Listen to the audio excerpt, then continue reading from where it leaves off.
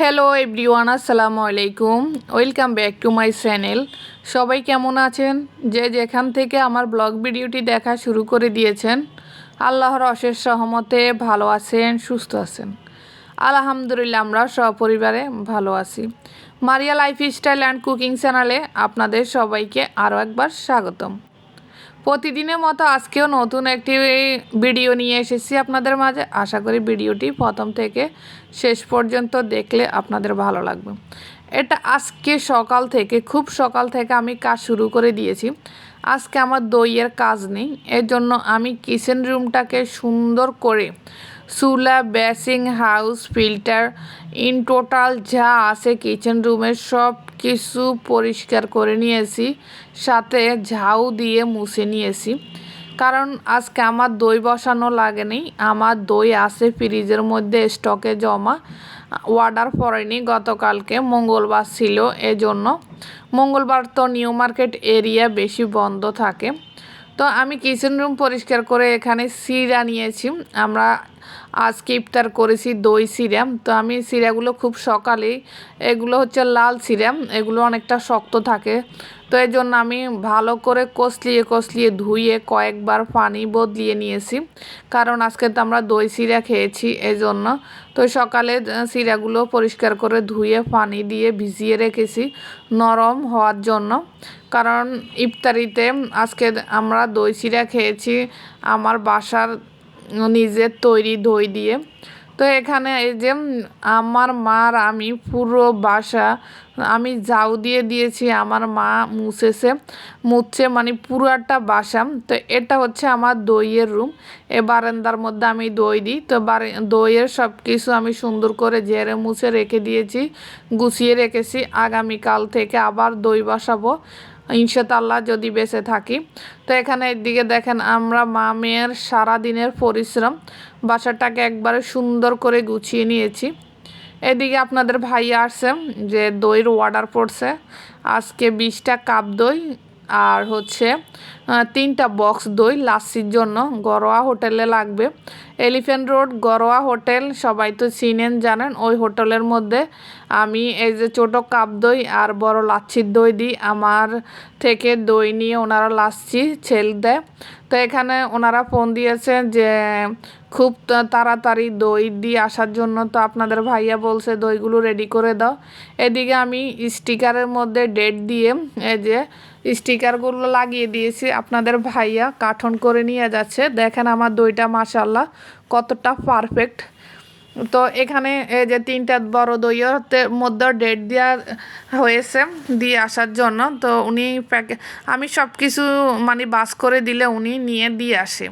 তো এখানে আজকে আমি রান্নার জন্য প্রস্তুতি নিচ্ছি, কারণ আজকে সারাদিন প্রচুর মামে কাজ করছি, বাসাটা অনেক পরিষ্কার করলাম এর জন্য। তো আজকে ভর্তা করব সিম আলু দিয়ে, সিম মাছ তারপরে মরিচ দিয়ে ভর্তা করব। আমার মা বাড়ির দই সিরা খাবে না, উনি পান্তা ভাত আছে, ইফতারিতে পান্তা ভাত খাবে।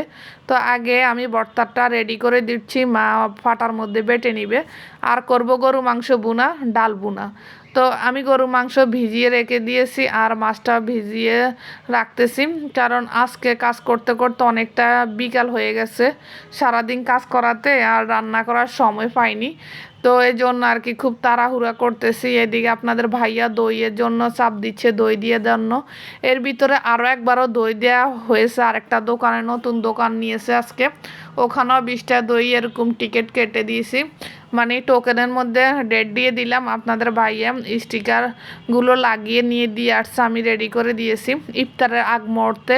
মানে সারাদিনের খবর ছিল না, ইফতারের আগে যত ঝামেলা, সারাদিন যত কাজ করি না কেন ইফতারের আগে একটু ঝামেলাটা বেশি হয় আমাদের, জানি না কারণ, কিন্তু সকাল থেকে কাজ শুরু করি, তারপরও রান্না ইফতার রেডি করা অনেকটা তাড়ার মধ্যে থাকতে হয়। তো আজকে যেহেতু ভর্তা করছি, সবাই রাতে ভাত খাবে, এই জন্য 1 পট চাউলের ভাতও দিয়ে দিয়েছি, ভাতটা ঠান্ডা হবে। ঠান্ডা ভাত দিয়ে ভর্তা দিয়ে খেতে অনেক মজা লাগে। এদিকে সিম আর এই মাছ, তারপরে কাঁচামরিচ সুন্দর করে আমি ভেজে দিয়েছি মাছের তেলের মধ্যে।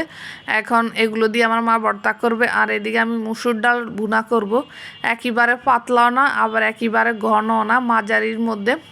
আপনারা যদি আমার চ্যানেলে নতুন হয়ে থাকেন প্লিজ চ্যানেলটি সাবস্ক্রাইব করে বেল বাটনটি অন করে দিবেন। আমার ভিডিওর কোনো অংশ যদি আপনাদের ভালো লেগে থাকে তাহলে একটি লাইক দিয়ে কমেন্টস করতে পারেন। আর আপনারা যারা ভাইয়া পুরো অলরেডি এগুলো করে রেখেছেন আপনাদের সবাইকে অসংখ্য ধন্যবাদ।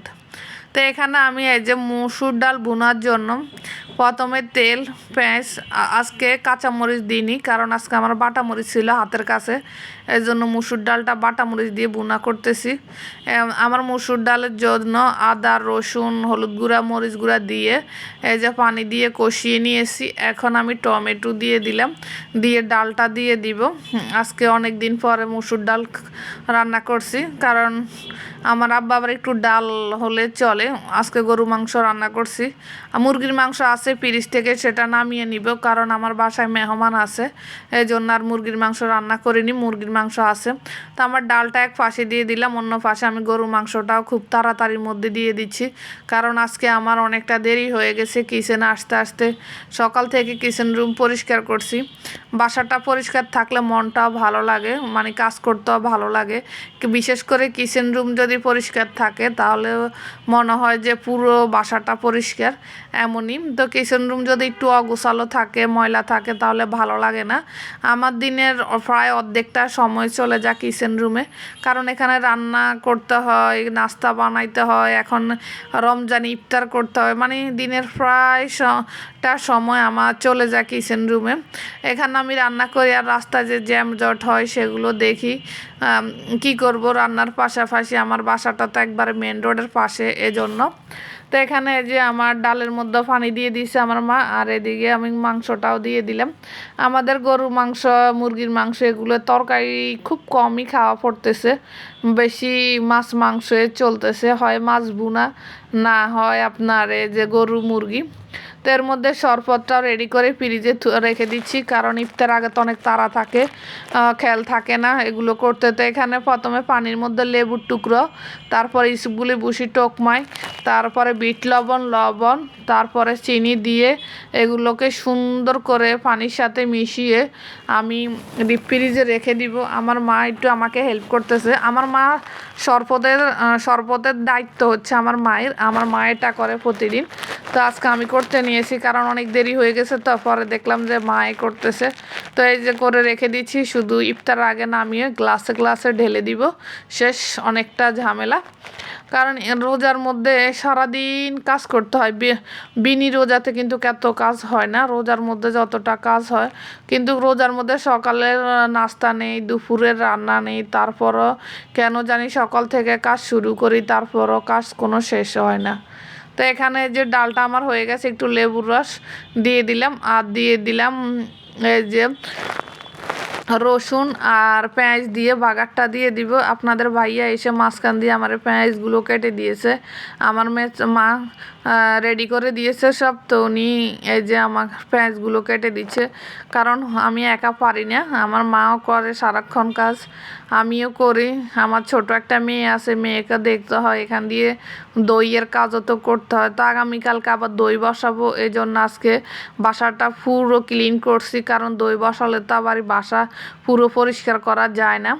তো এখানে আমার ডালটা পুরো শেষ, ডালের চুলা অফ করে দিলাম। আর এদিকে গরু মাংস মশলাটা কষানো হয়ে গেছে, এখন গরু মাংস চুলায় দিয়ে আমি ইফতার করতে চলে যাব। বাকি রান্নাটা আমি ইফতারের পরে করব কারণ এটাতে লবণ দেখতে হবে, লবণ যদি পারফেক্ট না হয় তাহলে তো এমনিতেও কোনো কিছু ভালো লাগে না।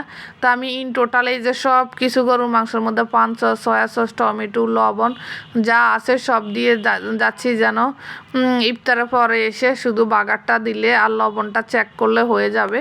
তো এখানে আমি যে সব কিছু দিয়ে দিব, মাংসটা হবে। আর এদিকে আমি আজকে দই চিড়ার জন্য সব কিছু কলা, তারপরে চিনি লবণ সব কিছু একসাথে করে নিচ্ছি কারণ আজকে এত তাড়া ছিল, মানে ফলটা কাটার সময় পাইনি। মা মেয়ে দুজনে, একজনে মা ভর্তা করছে এদিকে, আর এদিকে যে আমি সব কিছু রেডি করে নিয়েছি। আপনারা যদি আমার ভিডিওর কোনো অংশ ভালো লাগে তাহলে অবশ্যই লাইক দিয়ে কমেন্টস করবেন। ভাইয়া পুরো আজকে পর্যন্ত, আল্লাহ হাফিজ, আসসালামু আলাইকুম।